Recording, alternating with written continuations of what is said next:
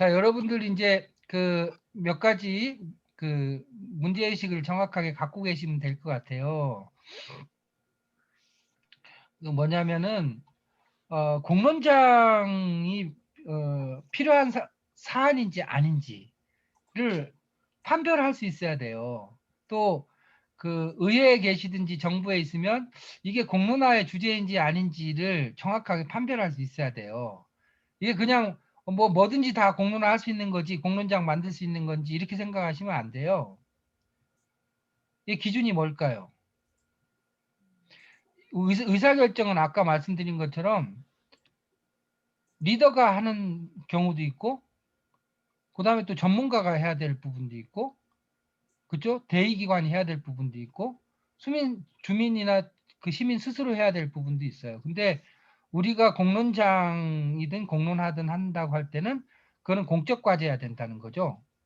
공적 과제, 그 공할 공짜 공적 과제, 여러 사람의 문제여야 된다는 거예요. 그리고 여러 사람이 개별적으로가 아니라 논의를 통해서 뭔가 내용을 도출해내야 될 과제라고 하는 거죠.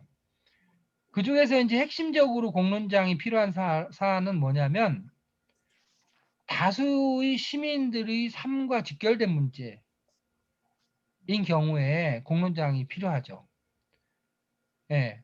근데 굉장히 고도로 소수가 전문성을 바탕으로 해서 결정해야 될 문제. 예를 들면 뭘 구입을 뭐 예를 들면 뭐 제가 적절한 표현이 없어서 비행기를 어떤 종류를 구입해야 될 건지, 뭐 아니면은 환율을 얼마로 할 것인지 이런 것은 공론장의 주제가 될 수가 없는 거예요.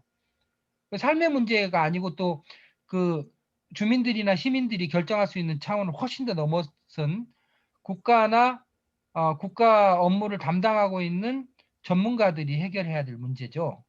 그래서 그 사람들이 존재하는 거고, 공론장의 주제는 그, 그 공적인 과제 중에서 특히 다수의 주민들의 삶과 연결된 문제, 공적인 과제가 공론장의 주제가 된다. 이제 그런 정도 이해를 하시면 될 것 같고요. 그다음에 이제 참여자를 어떻게 구성하느냐라고 하는 문제가 심각하죠. 아까 그 말씀드린 것처럼 우리가 신고리 오리코기 공론화를 한다고 하고서 전국을 똑같이 무작위 추출해가지고 구성을 했었어요. 그죠? 어? 무작위 추출로 그 뭐야 안심번호 추출해가지고 무작위 추출했죠.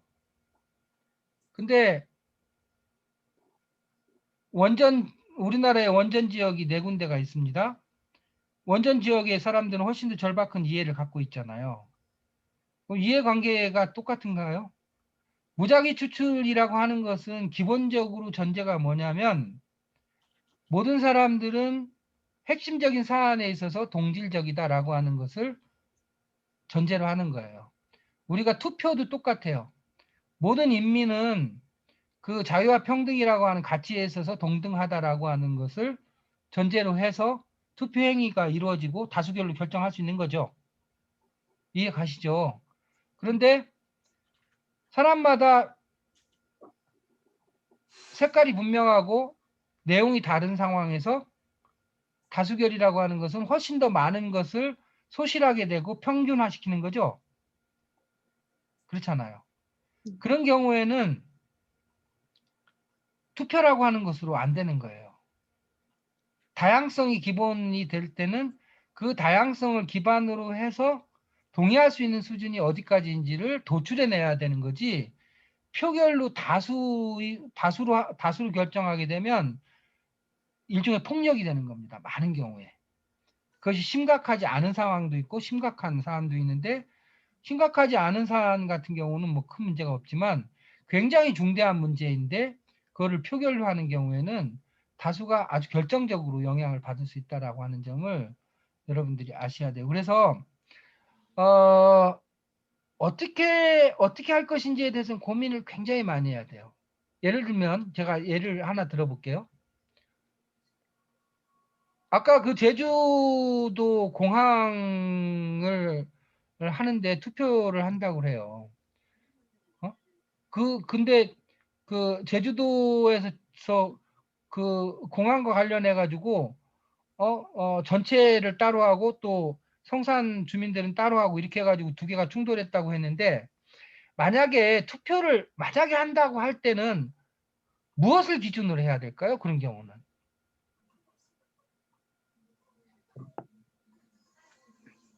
좀 어렵죠. 자, 제가 다시 문제를 하나 드릴게요. 소각시설이 있어요. 소각시설. 소각장을 건설을 하는데 그 주변에 사람들이 산단 말이에요. 그럴 때 사람들의 의견을 묻는다면, 의사결정을 하기 위해서 사람들한테 의견을 묻는다면 사람들한테 똑같은 가치로 똑같이 물어야 되는 거예요? 아니면은 그 PA 정도라든지 이런 것에 따라서 일종의 가중치나 차이를 반영해야 될까요? 어떻게 생각해? 우리 그 김 위원장님 어떻게 생각해요? 가중치가 반영되어야 할 것 같습니다. 당연히 반영이 돼야 네. 되죠. 당연히 반영이 돼야 음, 돼요. 왜냐하면 피해나 혜택이 정도에 비례해서 음, 보상이 이루어져야 되기 때문에 그래요. 음, 그런 경우에 그냥 무차별적으로 샘플링을 하면 그게 말이 되나요? 그거 거꾸로 역차별이 되는 거예요. 역차별이 음, 발생해요. 음. 그럴 때 그럼 어떤 요인을 결합시킬 것인지는 굉장히 중요한 거죠. 예를 들면 비행기 소음장, 비행장을 만든다고 할 때는 결정적인 요인이 소음 피해겠죠? 음, 그럴 거 아니에요. 그 소음 피해 정도는 이렇게 그냥 리니어하게 그냥 이렇게 되는 게 아니라고 정도가 이렇게 되는 게 아니라 굉장히 이렇게 그 2차원, 3차원식으로 익스포넨셜하게 되거든요. 피해가 가까이 있을수록 조밀해져요. 그렇죠? 음, 대체로 그렇게 돼요. 소음은. 그러면 그 물질 그 pH 정도에 맞게끔 사람 그 의사결정력을 배치를 해야 되는 거야. 무엇을 조건으로 해야 될 건지를 정확하게 찾아내서 그것이 의사결정에 반영될 수 있도록 설계를 해야 된다는 거예요. 좀 어렵죠. 그렇지만 그렇게 할 때만 훨씬 더 공정하고 수용성이 높아질 수 있는 겁니다. 이렇게 그러니까 기계적인 평등은 안 돼요.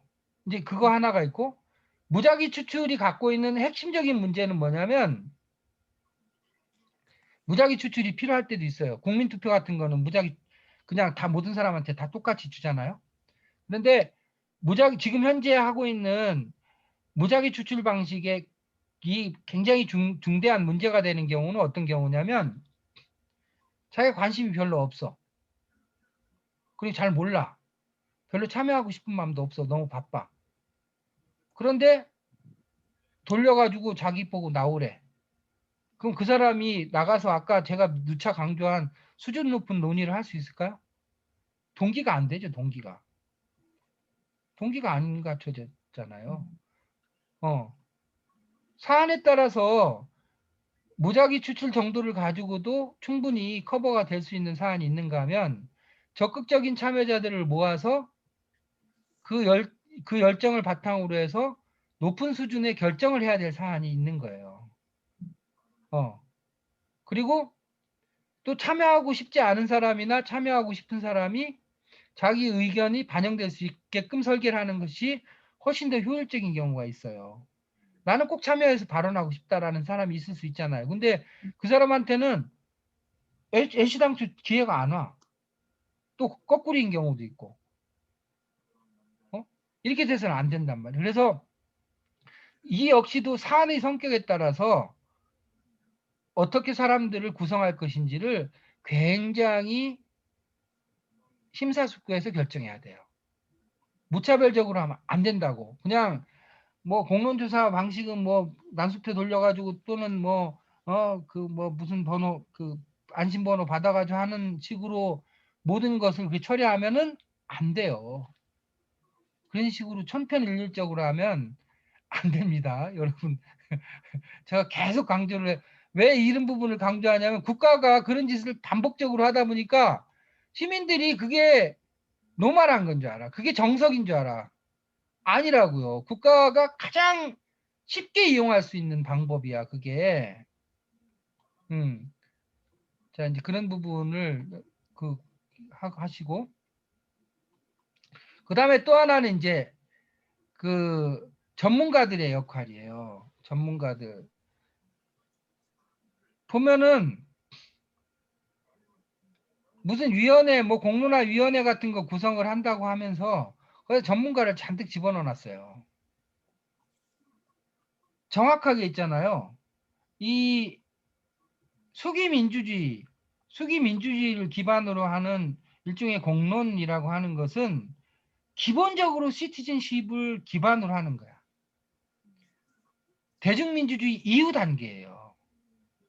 엘리트 민주주의를 훨씬 넘어선 방법이라고 하는 거를 여러분들이 착각하면 안 돼요. 엘리트들이 의사결정을 내린 것의 한계는 이미 역사적으로 증명이 된 거야. 민주주의 역사에서. 그것을 어떻게 넘어설 것이냐라고 하는 것이 문제가 됐고, 그런 과정에서 수기민주주의에 대한 논의가 이렇게 형성되어 온 거란 말이에요. 전문가들은요, 한정된 지식을 체계적으로 갖고 있어서 우리식으로 얘기하면 고집이 굉장히 세요. 생각의 전환, 사고의 전환이 가장 어려운 사람들이야, 거꾸로 얘기하면. 제 말 이해가 좀 가죠? 근데 수기민주주의 또 공론장에서의 전제는 뭐냐면 충분히 논의하면 사고의 전환이 가능하다라고 하는 것에 대한 신뢰가 있는 거예요.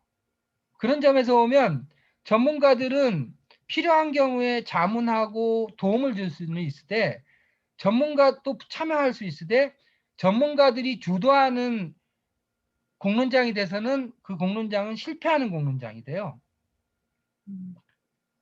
이걸 착각하면 안 돼. 우리가요, 새만금부터 해가지고 수없이 많은 위원회 같은 거 만들었는데 제일 처음에는 전부 전문가들로 만들었어요. 찬성파, 반대파. 그런 모든 그 위원회는 다 깨졌어요. 전문가들은 자기 생각을 바꾸지 않아요. 바꿀 하등의 이유가 없어요. 전문가들은 대체로 조력자로서의 역할을 하는 것이 굉장히 중요하다라고 하는 것이고, 전문가들이 이제 해야 될 중요한 역할 가운데 하나는 설계 과정에 설계가 잘 이루어질 수 있도록 조언하는 역할이 굉장히 중요해요. 예를 들면 의료 분야다라고 하면 의료 분야를 설계할 때 전문가들의 도움이 필요하잖아요. 아파트 뭐 세금 문제다라고 하면 세무사들의 도움이 필요하잖아요. 이런 것처럼 헬퍼로서의 역할이 굉장히 중요하죠. 그렇지만 논의의 중심이고 의사결정의 중심은 아니다 라고 하는 것을 여러분들이 꼭 아셔야 돼요. 제가 전문가들을 폄훼하는 것이 아니고, 전문가들은 전문가들로서의 역할이 있다라고 하는 점을 말씀드리려고 이제 하는 거예요. 자, 그 다음에 한두 가지만 더 말씀드리고 일단 정리를 할게요.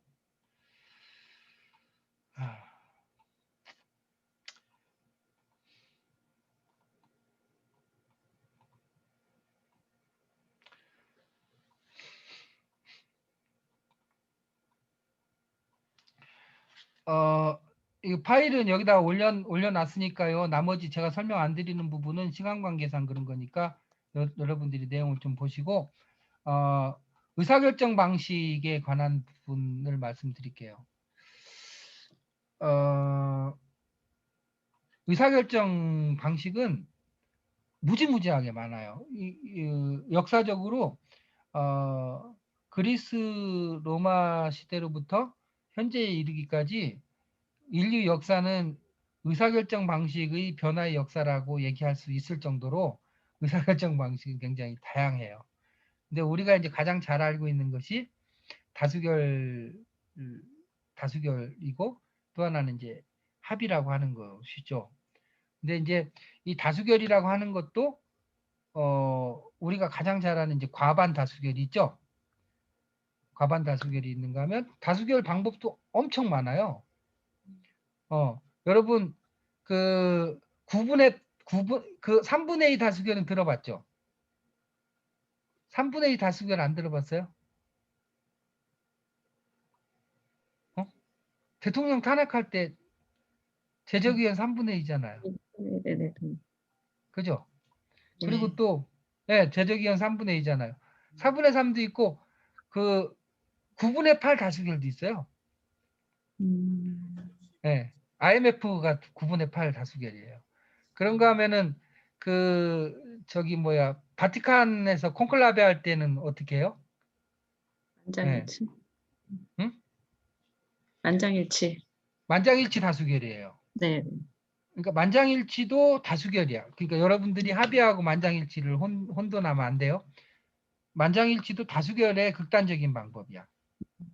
근데 예를 들면은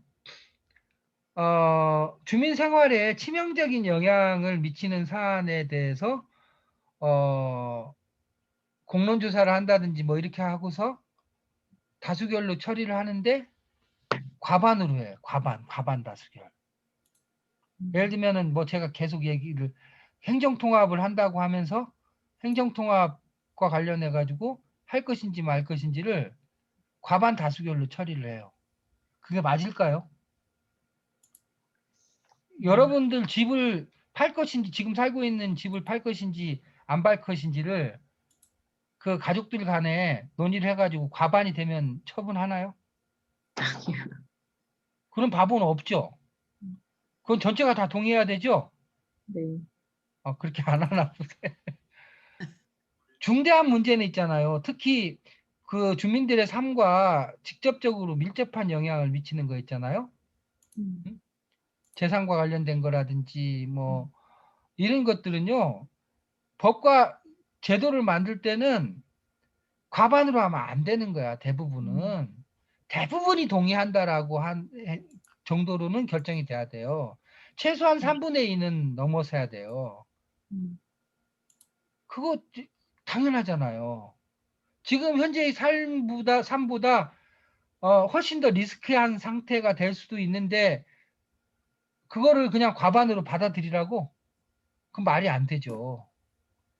그래서 뭐 이런 그 지역에서 공론화 한다고 어쩌고 저쩌고 하면서 과반으로 뭐 이렇게 하면 여러분들이 반드시 문제 제기해야 돼요.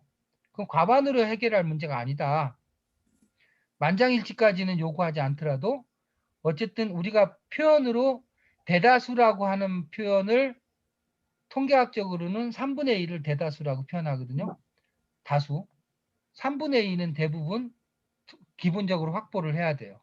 이제 그 점은 여러분들이 꼭 그 기억을 하시고, 그리고 우리 이런 이제 공적인 영역 말고 실제로 우리 생활 영역에서 하는 것들은 다수결로 하면 안 돼요, 여러분. 시간을 갖고 논의를 하면서 이렇게 공통의 기반을 형성해 가야 돼요.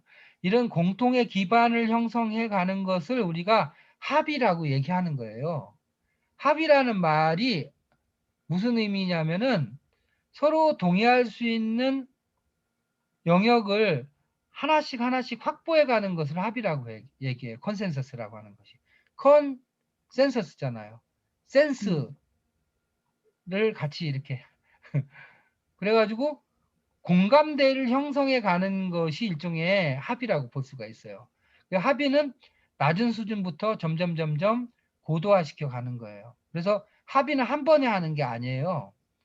작은 문제부터 점점 폭을 넓히고 수준을 높여가면서 합의의 수준도 높여가는 겁니다. 그래서 제가 말씀드린 것처럼 컨센서스 빌딩이라고 얘기하잖아요. 합의를 형성하는 과정이다. 그래서 우리 일상생활에서는 기본적으로 합의를 형성해 가는 과정으로 문제를 해결하는 것이 바람직하다. 이제 그 말씀이고, 마지막으로 한 말씀만 더 드리고 일단 정리할게요.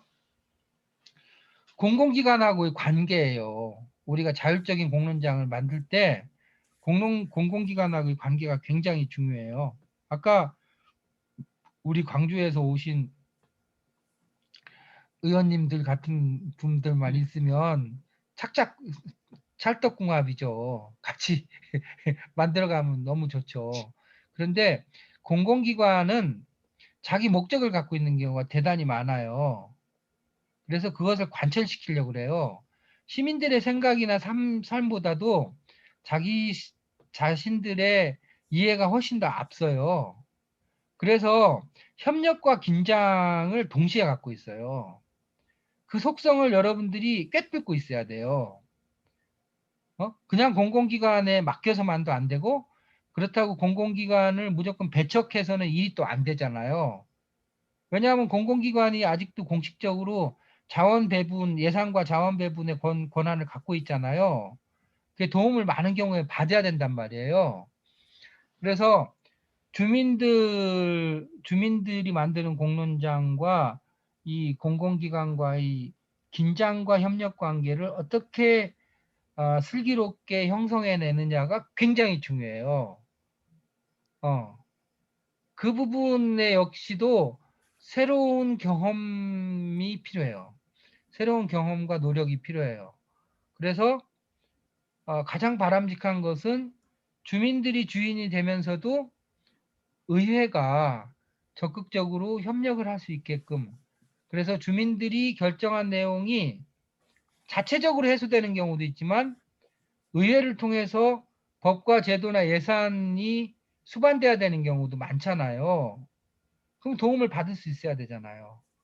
그럴 때 항상 공공기관, 우리 이제 사법만 쓰는 이제 체제라고 얘기하는데, 이 생활세계하고는 다르게 이 체제가 갖고 있는 한계가 있단 말이에요. 자기 목적이라고 하는 한계가 있단 말이에요. 그래서 항상 기량작용을 일어난다고. 긴장 관계가 형성된단 말이에요. 그 긴장을 유지해야 돼요. 긴장을 유지하면서 협력을 하는 이 고도의 일종의 정치죠. 이 정치력을 우리 시민사회가 또 확보해야 돼요. 무조건 포섭되는 것도 아니고, 무조건 그 배척하는 것도 아니고, 협력하면서 긴장을 유지하는. 그러면서 시민사회의 그 주민들의 영향력을 확대하는 것은 오직 끊임없는 경험과 실천을 통해서 만들어지는 거예요. 그냥 머릿속으로는 안 만들어져요.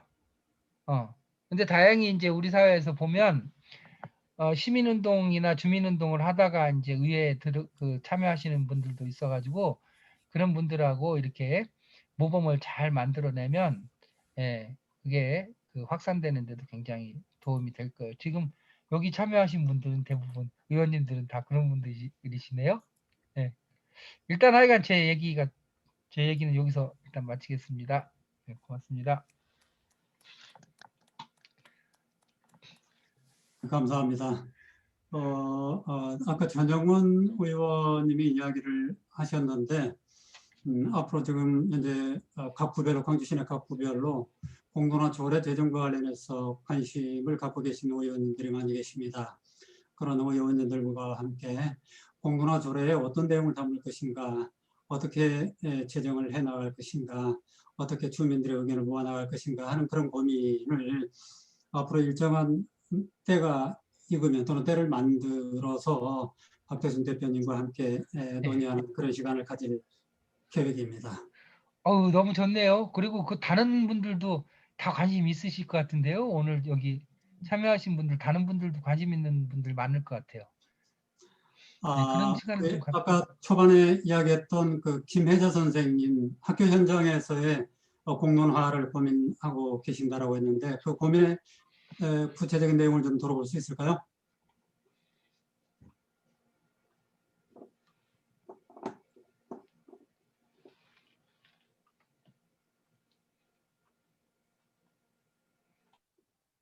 네. 저 지금 다른 일이 있어서 나가보려고 했다가 갑자기 대표님께서 질문을 저한테 던지시네요. 오늘 강의 정말 너무 유익했고요. 이렇게 중요한 지점을 제가 이 자리에서 이렇게 배우게 될 줄을 또 미처 몰랐던 것 같아요. 어떻든 이제 제가 지금 이제 생각하고 있는 그 부분은 저는 이제 교사기 때문에 제가 그 관심 갖고 있는 곳은 학교인데 오늘 또 사실은 학교를 갔다가 그 1층에 있는 화장실을 학생들이 사용하게 되면 벌점을 준다는 그런 문구가 있던 걸 보면서 왜 그 학교에서 가장 많은 수의 학생들이 있는데 그 어떤 특정 공간을 학생들에게 배제해야 되는가 또는 또 그 이제 많이들 바뀌고는 있는데 교장실이 무슨 그 왕궁같이 그러니까 이 표현도 이제 옛날 방식의 표현이긴 하지만 저한테는 되게 너무 많이 바뀌고 있는데 낯설었어요. 그 수많은 상패와 그리고 그 상상 이외로 너무 넓은 공간에서 혼자서 방음 장치까지 돼 있는 그런 그 곳에서 혼자 계시는 교장 선생님이 그러니까 가장 넓은 공간을 혼자 있는 거. 그런데 이제 사실 학교에 학생회의실이나 이런 게 다 갖춰져 있는 건 아니거든요. 그래서 어떻든 이런 문제들을 학생들이 어떻게 그 요구하거나 또는 이제 이런 방식이 그냥 단지 학생회가 될 수 있겠죠. 이제 이런 학생들이 그 어떻게 그 의제를 만들고, 그러니까 그 사안을 만들고, 그거를 민주적으로 요구하고 이럴 수 있을까? 이런 그 역량을 어떻게 또 길러낼 수 있을까? 뭐 이런 생각도 좀 하면서 그 결국 학생들이 학교에서 시민으로 이제 성장을 해야지 그 나가서도 제대로 된 시민으로 이제 그 살아갈 수 있을 거라고 생각을 하고 학교가 그런 이제 사회의 축소판이라고 생각을 하는데 그런 측면에서 민주적인 훈련을 그런 그 학교에서 할 수 있어야 된다. 그런데 그러려면 이런 문제들에 대한 그 요구를 할 수 있어야 되는데 그 요구를 학생들이 직접 할 수 있는 그런 방법은 뭐가 있을까?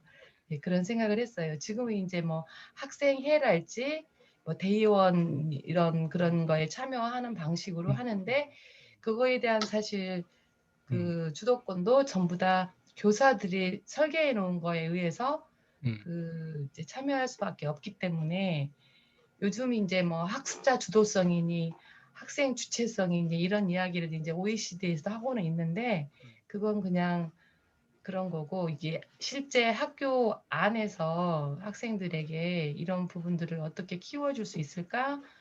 그래서 정말 학교가 공론장이 되려면 어떤 그 뭐랄까 준비가 필요할까 이런 생각들을 했는데요.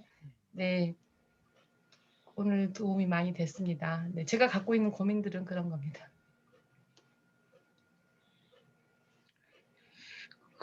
그 학교가 우리 사회에서 그 종교단체만큼이나 그 민주주의 세례가 늦게 가는 곳 중에 하나인 것 같아요. 제가 학교에 이제 아이들하고 선생님들뿐만 아니라 선생님들 내부에 또는 이제 그 관리직하고 선생님들하고의 관계, 뭐 이게 모든 게 우리가 생각하는 것보다 훨씬 더 심각한 갈등 관계인 경우가 굉장히 많아요.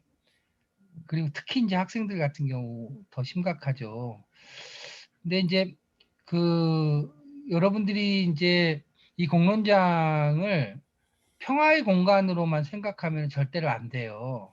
공론장이라고 하는 것 자체가 대항 공론장으로부터 생겼어요. 대항이라고 하는 게 무슨 뜻인가요? 기존의 기득권 세력 또는 지배 세력에 저항하는 의미로서 이 공론장이 만들어진 거라니까요.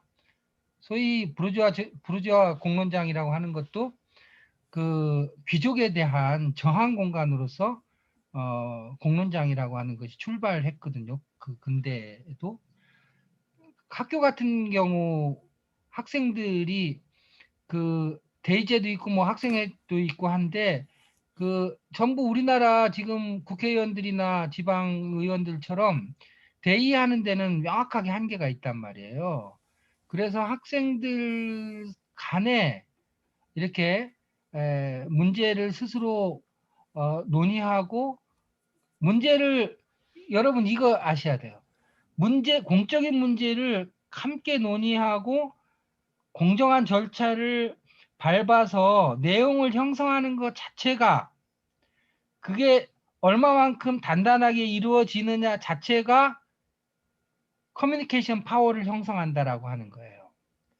그게 공정하면 공정할수록 절차가 치밀하면 치밀할수록 그것의 정당성이 그만큼 커지는 것이고 파워가 더 커지는 거예요. 그런 것을 형성해내야 돼요. 그게 지금은 이제 똑같아. 우리 사회처럼 학교에서도 필요하고 마을에서도 필요하고 동네에서도 필요하고 다 그런 공론장 운동이 필요하죠. 이전하고 달라진 점은 그걸 말을 통해서 형성한다는 거죠. 소통 권력을 통해 가지고 형성한다는 거죠. 이전에는 뭐 짱돌도 들고 뭐 이런 방식, 폭력적인 방법, 뭐 다양한 방법을 썼다면 지금은 논의를 통해서 그런 파워를 형성한다라고 하는 점이 달라진 거죠. 그게 모두의 과제예요.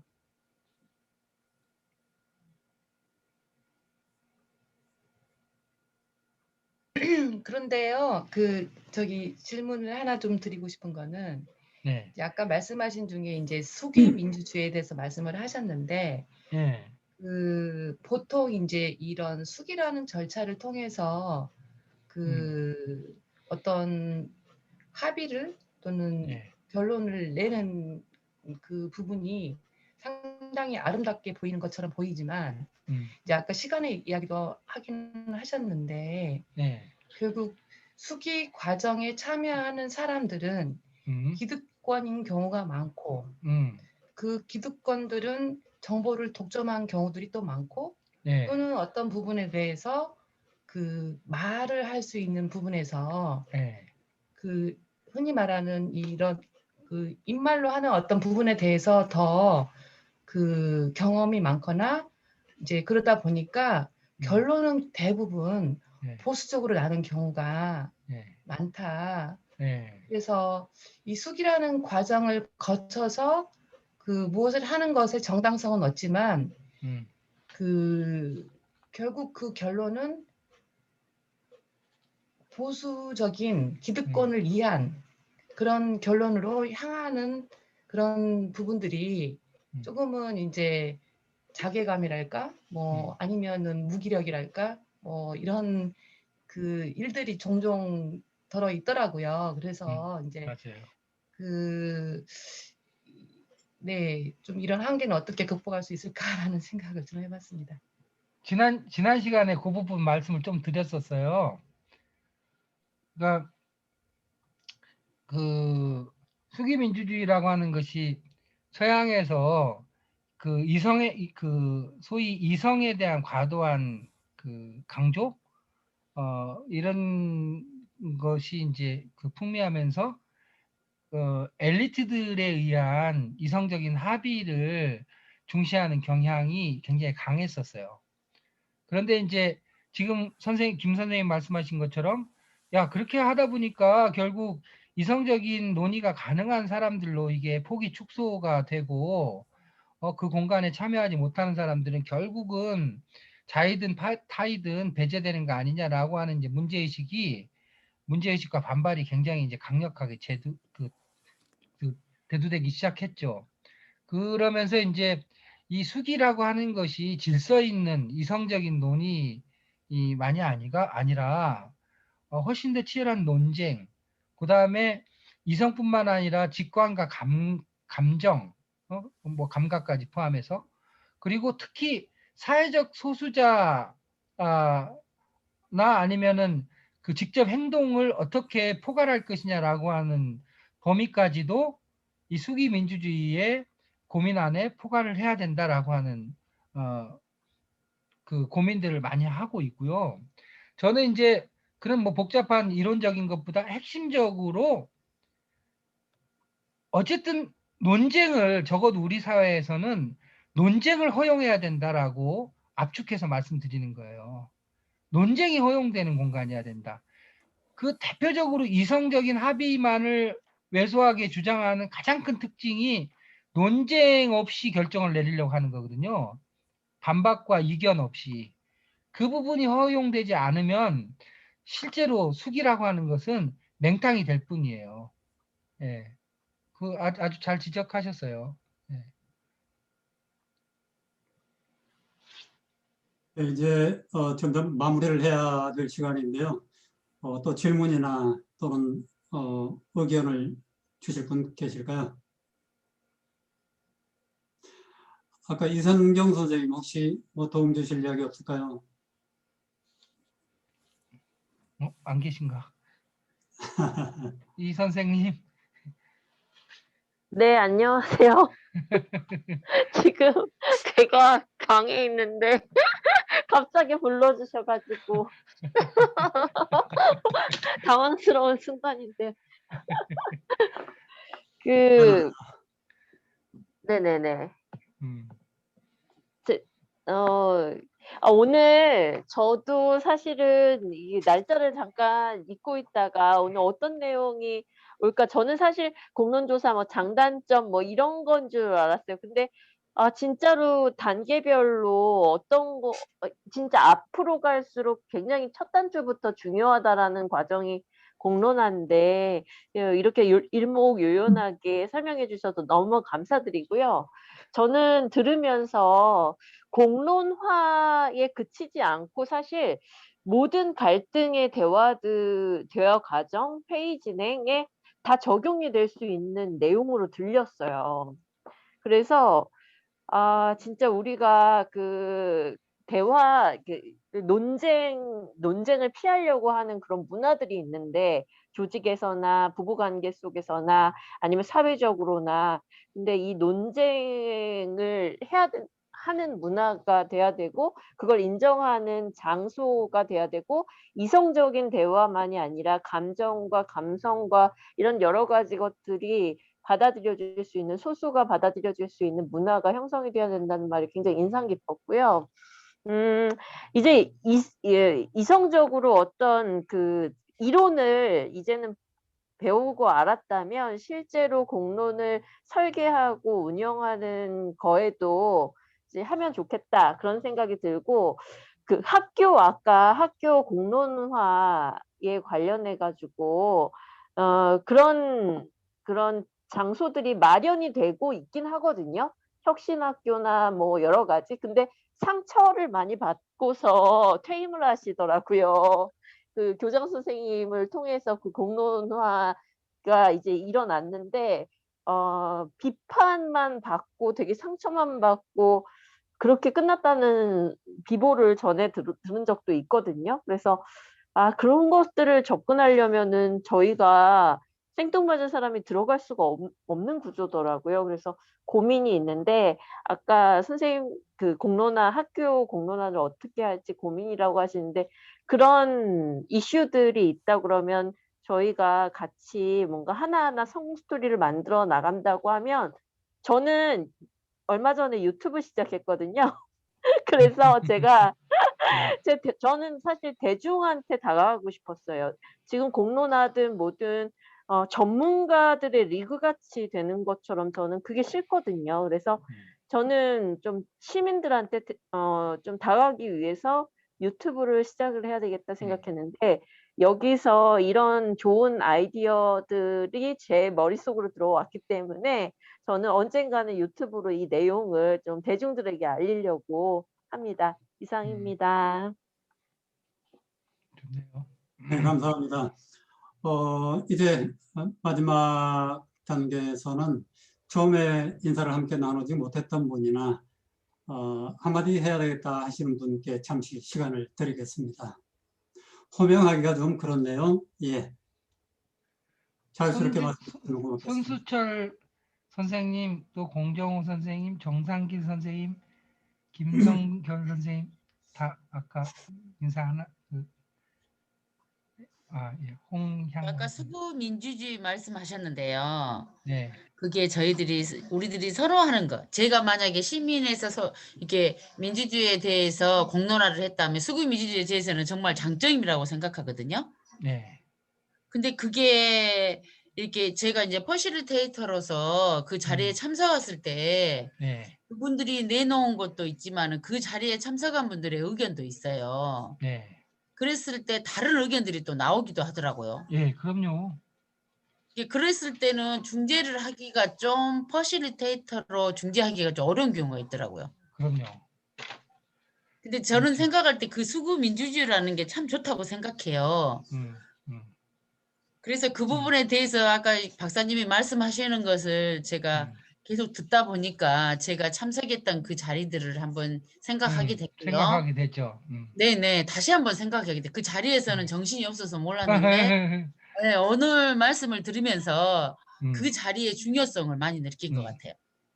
그러니까 누구나 참여할 수 있어야 되고 그 점이 가장 많이 알고 참여를 해야 된다는 거. 그게 참 중요하다고 오늘 강의를 정말 잘 들은 것 같습니다. 감사드립니다. 아이고. 그 다음번에는 네. 제가 말로는 논쟁이 허락돼야 되고 그 논쟁이 허락되면서도 그 논쟁이 파괴적이지 않고 네. 생산적으로 진행이 되면서 수준 높은 결론에 도달해야 된다 이렇게 말씀드렸잖아요. 네. 그게 이제 그 지금 이렇게 그 대화 촉진하는 정도 가지고는 전혀 안 되는 거예요. 특히 네네네. 심각한 그 이견 대립이나 도덕적인 불일치 같은 그 가치관의 차이가 있을 때는 그래서 제가 지난 시간에 마지막에 우리가 공론장을 여실히 하기 위해서 필요한 역량들에 대해서 말씀드렸던 거 기억나나요? 네, 파일로 봤습니다, 또. 역시 공부를 열심히 하시네요, 의원님. 아니, 우리 대표님 올려주셔가지고. 예. 물론 신선호 선생님. 그 중에는 네. 우리가 오늘도 여러 차례 얘기했는데 상황을 정확하게 파악하고 분석할 수 있는 능력이 생겨야 되고요. 네. 그 다음에는 조정 능력이 생겨야 돼요. 조정과 합의를 이끄는 역량을 갖춰야 돼요. 네. 그래서 요번에는 그냥 그런 것이 중요하다라는 정도만 말씀을 드리고 네. 만약에 다음번에 기회가 있으면 제가 그 부분을 집중적으로 어떻게 네. 이견을 생산적으로 조정해 가는지 그 네. 부분을 말씀을 드릴게요. 뭐 오늘은 뭐 네네네. 그 내용에 대해서 얘기하자면 한두 끝도 없을 것 같아서 예. 굉장히 중요한 문제 제기예요. 네. 네네. 감사합니다.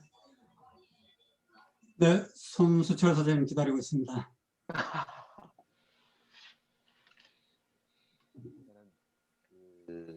요즘에 아파트 공동체 활동에 좀 관심이 있는데 아까 어떤 선생님께서 아까 그 동대표 일하시는데 저도 그게 좀 관심이 있어서 지금 몇 년 참여하다 보니까 어려움이 있는데 우리 전영원 의원님 이렇게 곁에서 얘기 주시면서 많은 도움을 받고 있습니다.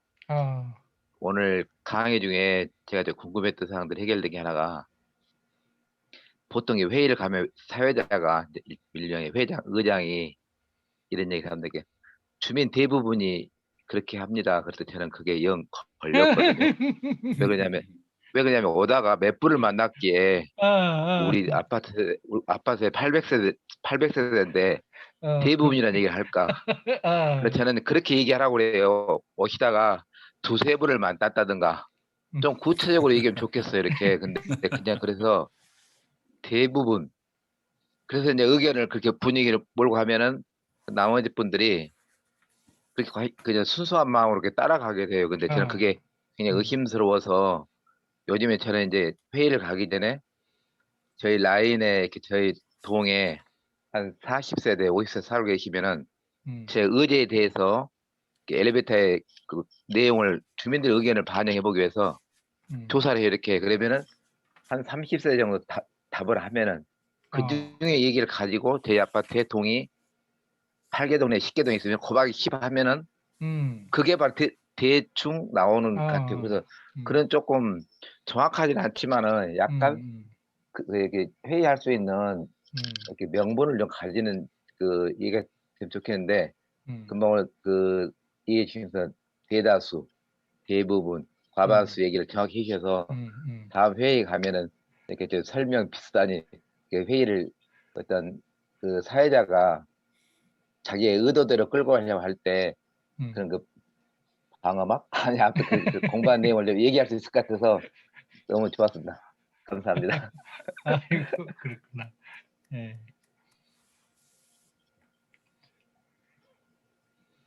네, 이제 혹시 이 시간을 마무리하고 혹시 이불킥 하실 분 없으실까요?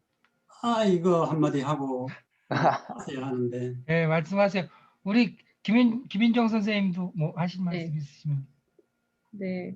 아니, 저는 이번에 준비해 주신 지난주도 그렇고 이번 주에 시간이 정말 저를 위한 수업 시간인 것 같아요.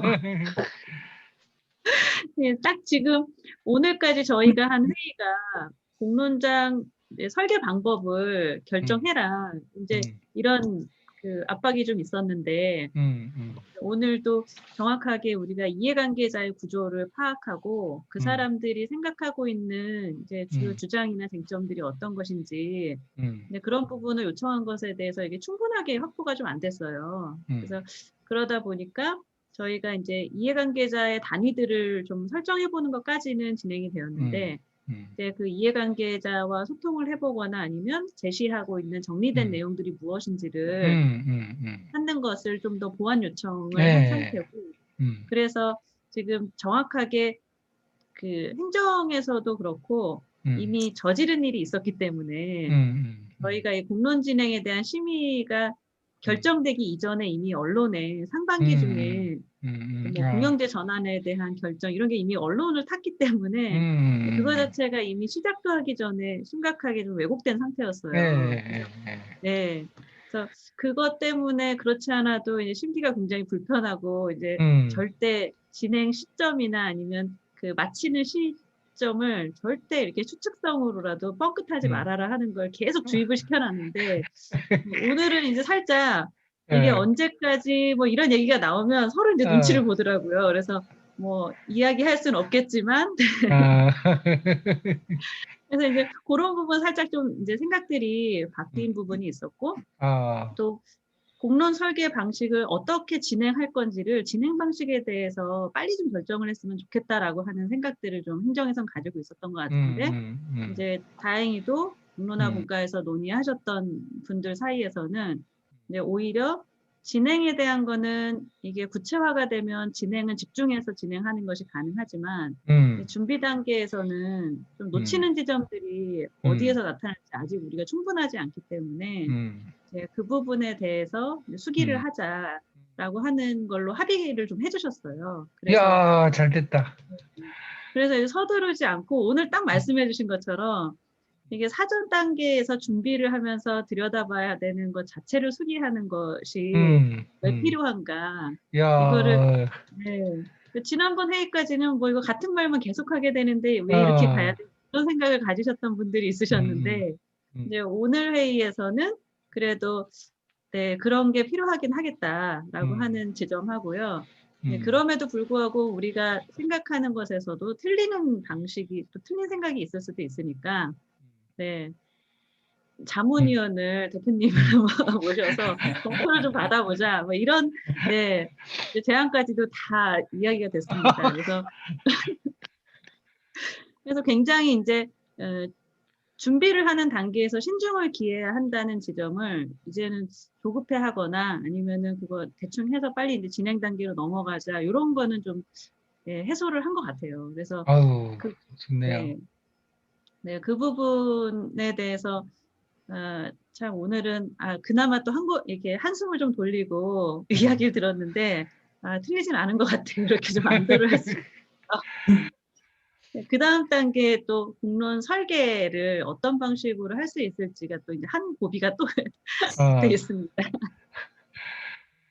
우리가 논의를 하면서 이제 그 이견이 그 처음에 한 경우에 어떤 내용을 논의할 것인지 그 논의 내용에 관해서는 굉장히 치열한 반면에 이거를 어떤 과정과 절차를 통해서 논의를 만들어 갈 것인지 그 절차에 관한 논의는 굉장히 취약해요. 근데 실제로 이해관계자들 간에 합의해야 될 굉장히 중요한 거는 이 과정과 절차에 관한 논의에 합의하는 거예요. 그거를 여러분 잊으시면 안 돼요.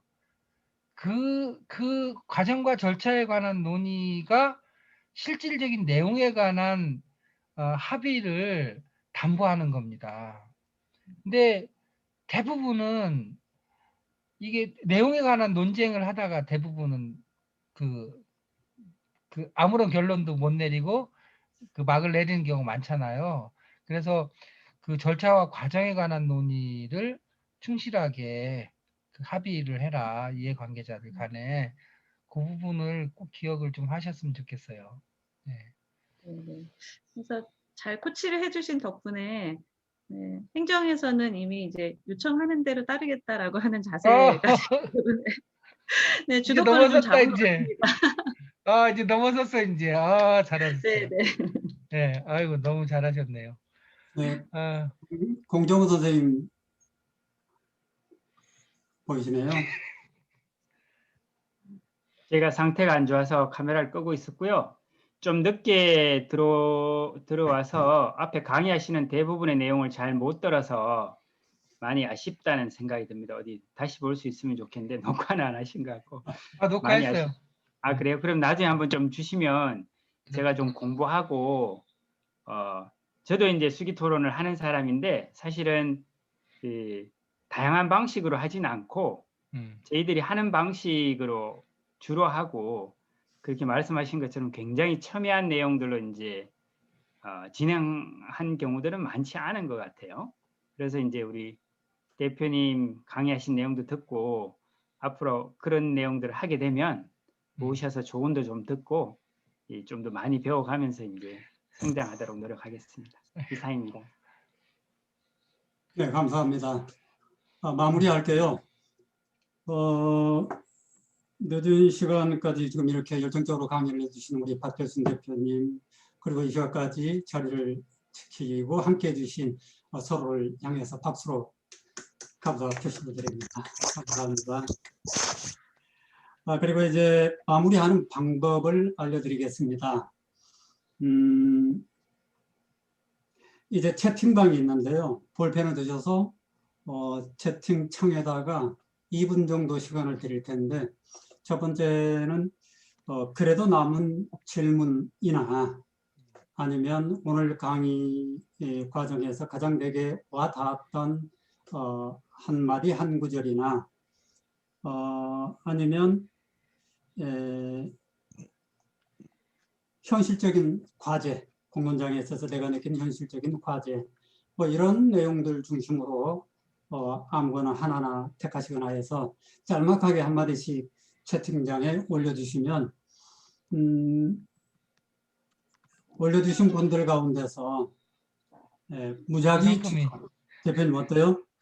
괜찮아요. 이건 강의를 받고 같은 시간 동안 네, 그러니까.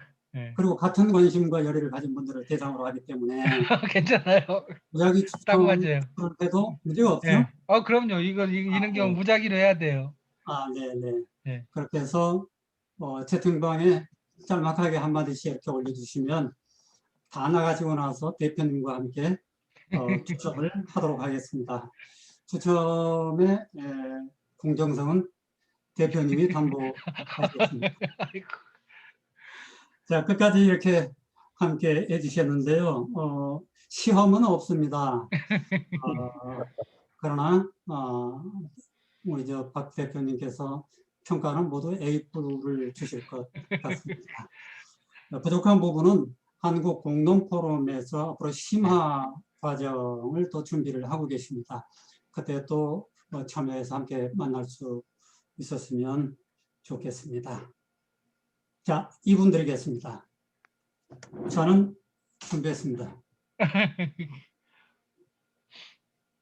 자, 2분 동안 채팅창에 한마디씩 남겨주시면 네. 무작위 추첨으로 선물을 보내드리겠습니다.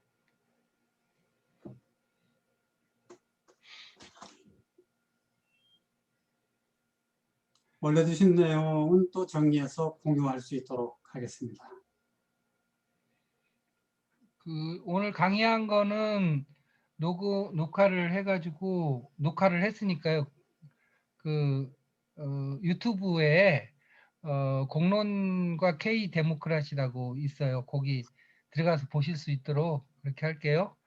예, 그리고 하여간 PPT 자료는 별도로 주시면 고맙겠습니다. 여기다 올려놓을게요. 여기에요? 네, 올려놓은 것 같은데 강의 자료 여기 지금 채팅방에 올려져 있어요. 그 필요한 분들 지금 다운 받으시면 될 것 같아요. 여기 제일 위에 채팅방 쭉 올라가 보세요. 늦게 들어온 사람은 내용이 없었어요. 다시 한 번만 올려주시면 좋겠어요. 아, 그렇구나. 늦게 들어와서 채팅은 볼 수가 없어요. 들어온 시점부터 보시기 때문에. 그렇구나. 혹시 지난 그러면은, 시간에 한 것도 올려놓으셨어요? 공론과 K 디모크라시? 네, 올려놨어요. 네, 올려져 유튜브에 있어요. 가서 찾아도 안 나오는데요?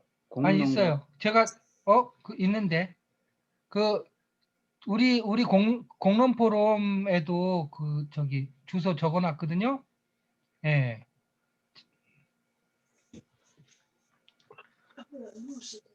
제가 파일 다시 올려놓을게요. 예.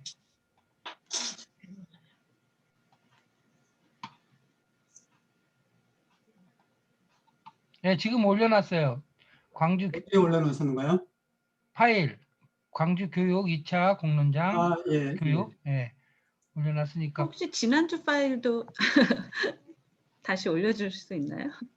아니 그거는 유튜브에다가 강의가 그 내용이에요. 화면에 네. 그대로 다 있어요. 보시면은 네. 돼요. 그리고 하여간 열심히 각자의 공간에서 이렇게 다양한 경험하시고 다음번 교육 때 또 여태까지 그동안에 경험한 거 같이 나누면서 저는 요즘에 보면서 이 공론장 운동이 점점 이렇게 확산되고 수준도 조금씩 높아지는 거 보면서 야, 이게 우리 사회가 정말로 이게 진짜로 이제 제대로 이게 민주주의가 지금 뿌리 내리고 있구나 이런 거 느껴요. 예. 굉장히 바람직한 현상인 것 같아요. 예. 그렇게 하고 한국 공론 포럼에 여기 계신 분들 한 반 정도는 지금 단톡방에 결합해 계시고 혹시 공론 포럼 단톡방에 결합하고 싶으신 분들은 여기다 연락처 같은 거 남겨주시면 저희들이 초대할게요. 네. 그러면 이제 정리를 좀 하셔야지 되겠네요, 그죠? 자, 한마디씩 다 올리셨을까요? 올리신 분들께서는 빠져나가셔도 되겠습니다. 감사합니다.